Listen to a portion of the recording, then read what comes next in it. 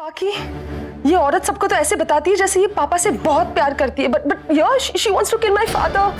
She is a two faced monster. बाकी अब sure वो हॉस्पिटल में ही आई है अभी।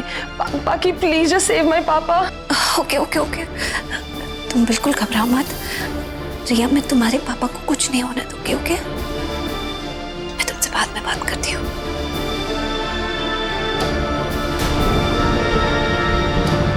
वीर,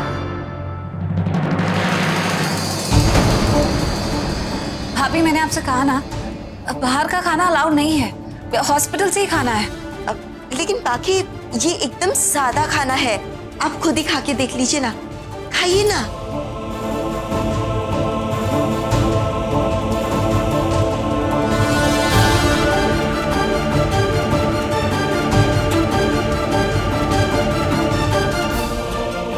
है ना एकदम सादा खाना। एक काम कीजिए, आप भी ना हाथ मुंह धो के आ जाइए, आपने भी तो सुबह से कुछ नहीं खाया ना। वीर पर कंवल ने हमला किया है और अब ये कंवल किससे मिला हुआ है, नंदिनी भाभी से या बड़ी जीजी से? बड़ी जीजी भी शायद इस वक्त इस हॉस्पिटल में ही है। क्या करूं, वीर को नंदिनी भाभी के साथ यहाँ अकेला छोड़ दूं? एक काम करते हैं, फिर साथ में खाना खाते हैं। नहीं, आप खाइए, मैं अभी आती हूँ।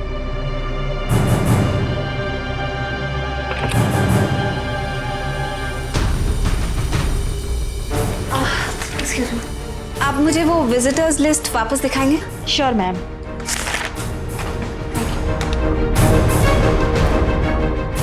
आप जिससे मिलना चाहती हैं वो मिले नहीं क्या आपको? हाँ नहीं, मैं उन्हीं को ढूंढ रही हूँ, फोन भी नहीं लग रहा है। मैम क्या नाम है उनका? तेजस्विनी सिंह। तेजस्विनी सिंह? आप जानती हो उन्हें? मैम एक्चुअली आप गलत रजिस्टर चेक कर रही हो। वो हमारे हॉस्पिटल में आई तो थी लेकिन एज अ विजिटर नहीं, पेशेंट है वो, और उनका नाम हमने पेशेंट लिस्ट में लिखा है। मैं आपको दिखाती हूँ, एक मिनट।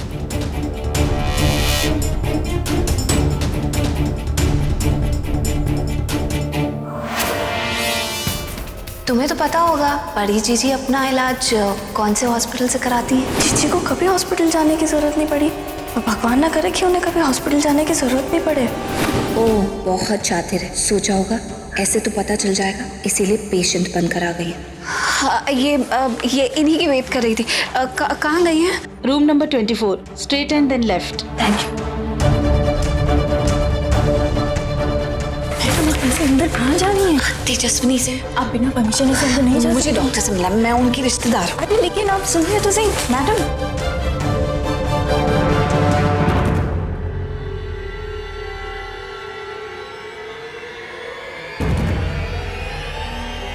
क्या हुआ है ना? इनका अभी डायलिसिस कंप्लीट हुआ है, और जिन लोगों की किडनी कमजोर होती है उन्हें डायलिसिस पर ही डाला जाता है।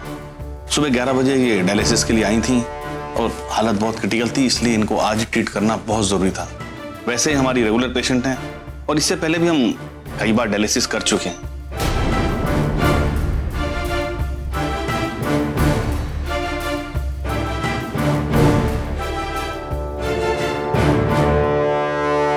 ये दवाइयाँ तो ये दवाइयाँ इन्हीं की। ऐसे पेशेंट अपनी तबीयत को लेकर बहुत ही डिप्रेशन का शिकार हो जाते हैं, इसलिए इन्हें डिप्रेशन की दवाई दी जाती है। खैर, आप इन्हें डिस्टर्ब ना करें, इनको आराम की सख्त जरूरत है।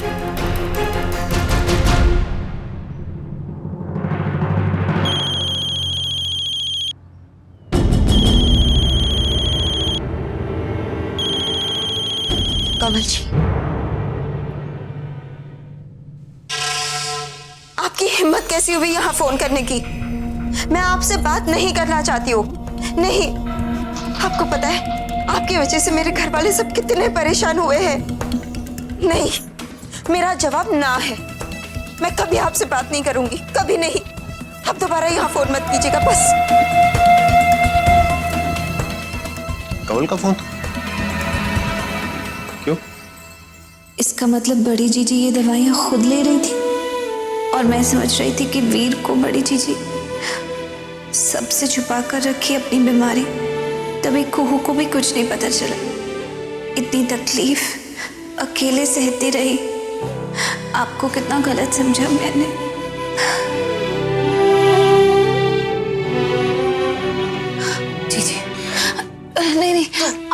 उठिए, बस लेटी रहिए। मैंने इन्हें रोकने की बहुत कोशिश की लेकिन ये मानी ही नहीं।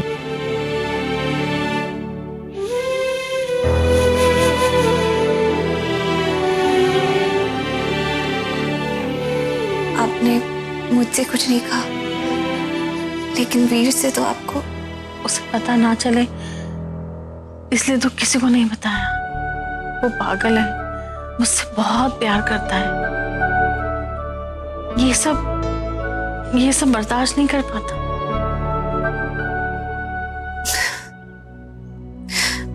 मुझे माफ कर दीजिए जी, मुझे माफ कर दीजिए।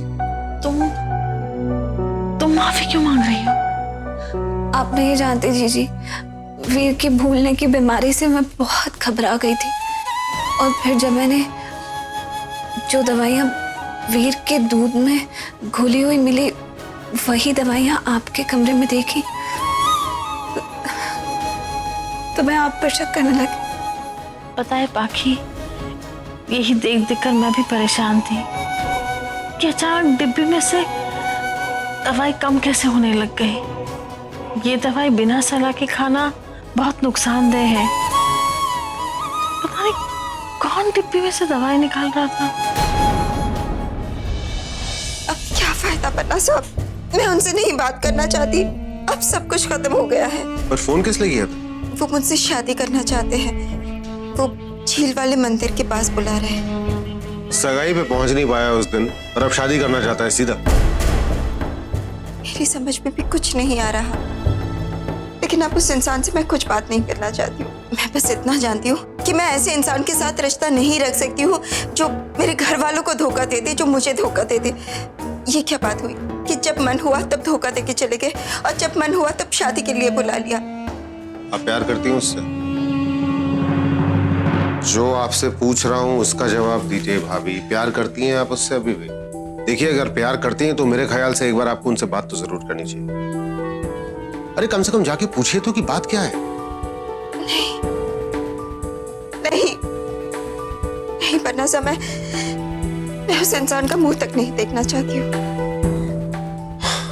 भाभी समझिए, अगर कोई भी डाउट है, कोई शक है तो कम से कम उसको क्लियर तो करिए।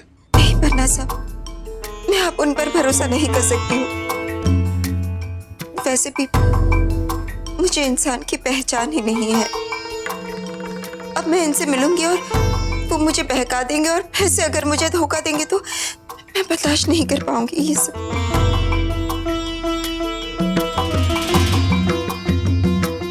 हाँ, अगर कोई मेरे साथ होता और उनसे बात करके उनके इरादे समझ पाता तो शायद कुछ बात बन पाती।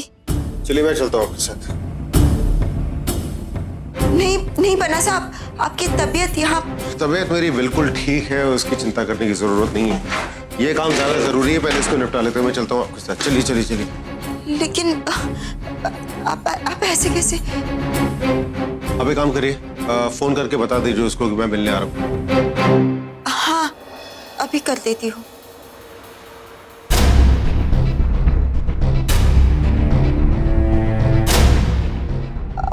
मेरे फोन की तो बैटरी ही खत्म हो गई है। मेरा फोन है, उसको लेके करिए ना फोन पूरा।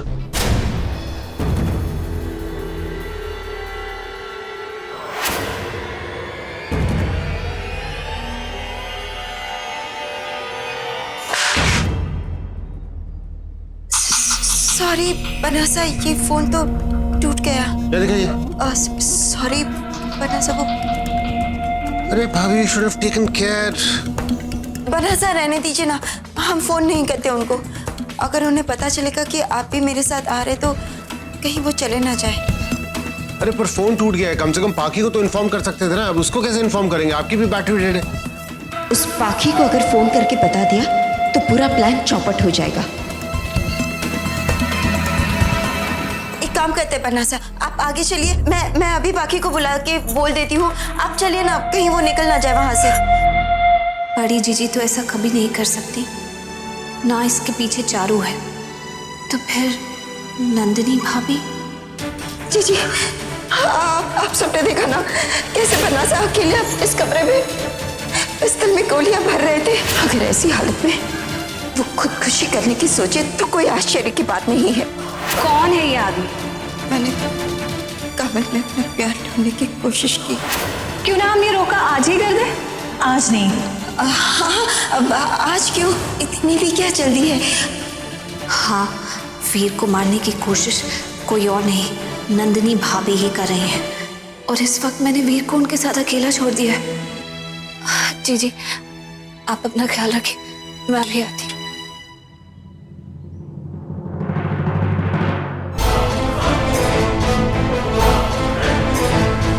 वीर, वीर, मैंने बता दिया है बाकी को।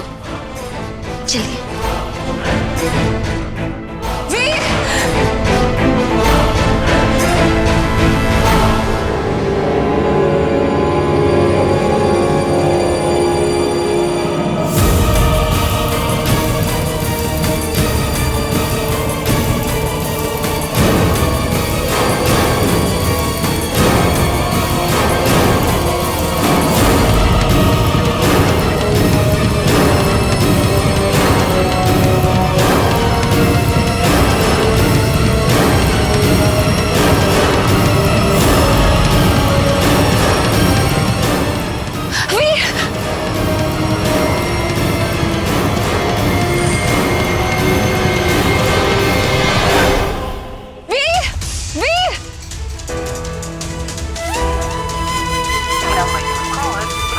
वीर का फोन बंद है।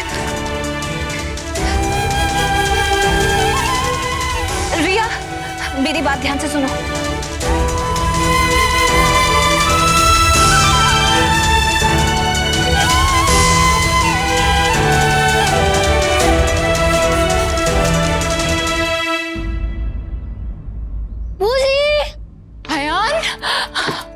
अयान, कैसे हो? मुझे ना बहुत जोर से हिकअप्स आ रही थी, तो माँ ने मुझे बोला कि हिकअप्स आती है तो कोई आपको याद कर रहा है, तो मैंने सबका बारी बारी नाम लिया, माँ, एंडी, और जैसे ही मैंने आपका नाम लिया ऐसे ही मेरी हिकअप बंद हो गई। आप मुझे याद कर रहे थे ना? हाँ यार, बूजी आपको बहुत याद कर रही थी, बहुत बहुत याद कर रही थी।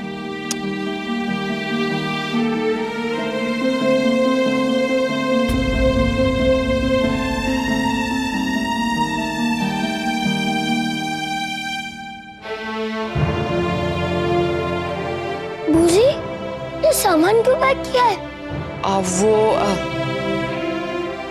इधर आओ, देखो बूजी तुम्हें समझाती है। आपको पता है ना, बूजी काम करती है ना, उनका अपना बिजनेस है, तो बूजी को एक बहुत बड़ा ऑर्डर मिला है, लेकिन उसके लिए ना बूजी को दिल्ली शिफ्ट होना पड़ेगा। नहीं बूजी, आप लोग हम लोग को छोड़ के कहीं नहीं जा सकते। नहीं जाना बूजी, प्लीज। दीदी, आप बोलो ना बूजी को कि वो हम लोग को छोड़ के ना जाए। जी, मेरा बोलना बनता तो नहीं है, पर ये आपसे बहुत प्यार करता है। आप रुक जाइए प्लीज।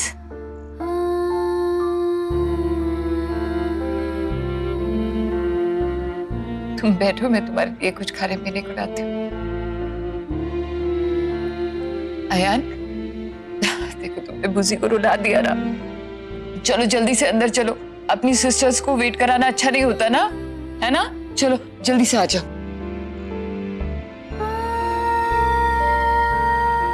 बूजी सडनली क्यों जा रही है? क्या हुआ है?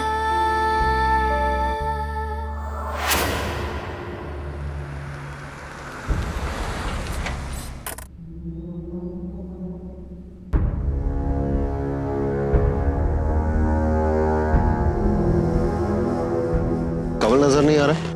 शायद अभी तक आए नहीं है यहाँ, पर मुझसे तो कहा था कि यहीं मिलेंगे, आते ही होंगे।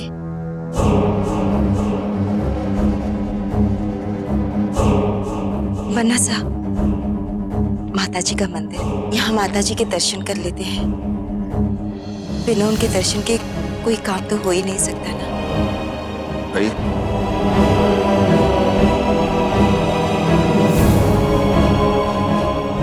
हे माता जी, जिस काम के लिए मैं यहाँ आज आई हूँ वो काम पूरा कर दीजिए। माँ, आप जानती हैं कि किसके लिए क्या सही है और क्या गलत। कुछ कहने की जरूरत तो है नहीं। आप जो करेंगे इंसान के लिए वो सही ही होगा। बस अपनी कृपा दृष्टि हम पर बनाए रखिएगा।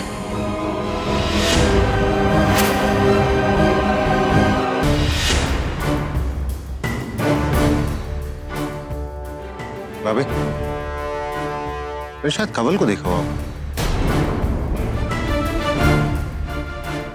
नहीं नहीं, वो वहाँ कैसे हो सकते हैं? यहाँ मिलने का कहा था, तो यहीं आएंगे ना? हो सकता है।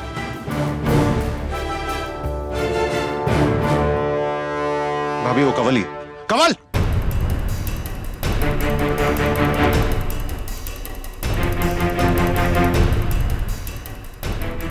अरे हमें देख के भाग क्यों रहा है? नहीं नहीं, वो कंवल जी नहीं हो सकते, आप रुकिए।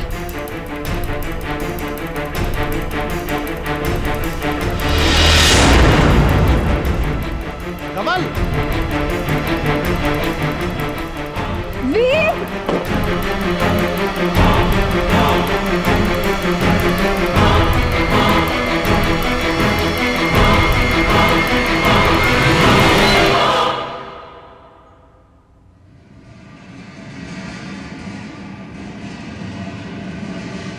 कंवल! कंवल जी ऐसा क्यों करेंगे? कुछ समझ में नहीं आ रहा। कंवल जी शायद इस तरफ है।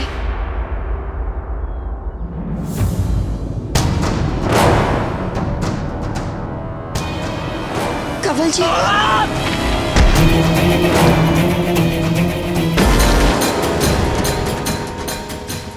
वीर! वीर रुको! इन सब के पीछे कंवल नहीं है, नंदिनी भाभी। क्या बकवास कर रही हो तुम्हें? कंवल को सिर्फ मोहरा बनाया गया। ये सब कुछ नंदिनी भाभी कर रही है। बाकी मेरे पास ये बकवास सुनने का वक्त नहीं है बिल्कुल भी। बकवास नहीं कर रही है वो।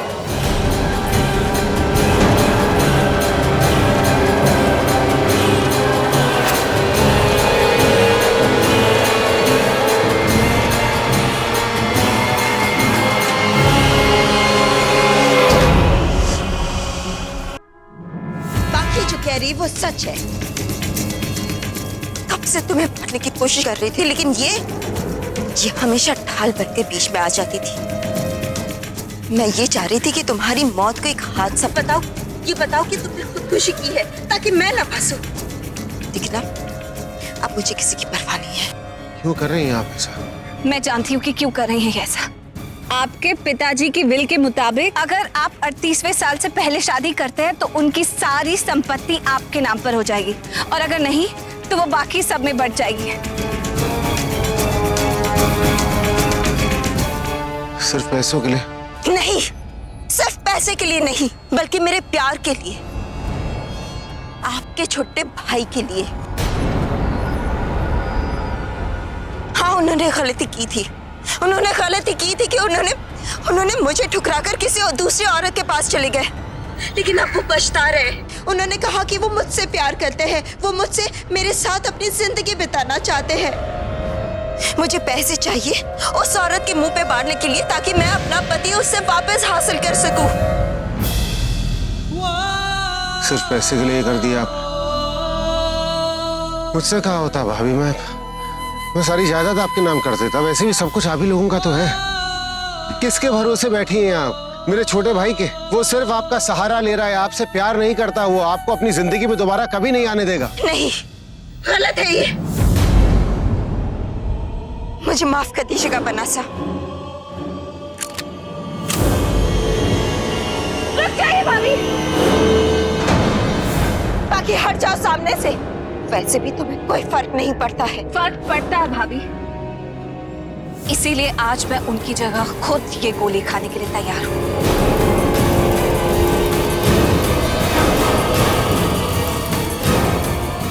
तो फिर ठीक है, तुम दोनों मरो। बाकी हटो सामने से। नहीं वीर, वो मेरी जान लेना चाहती, बीच में से हटो। बाकी वीर, तुम्हें जरूरत नहीं है यहाँ पे।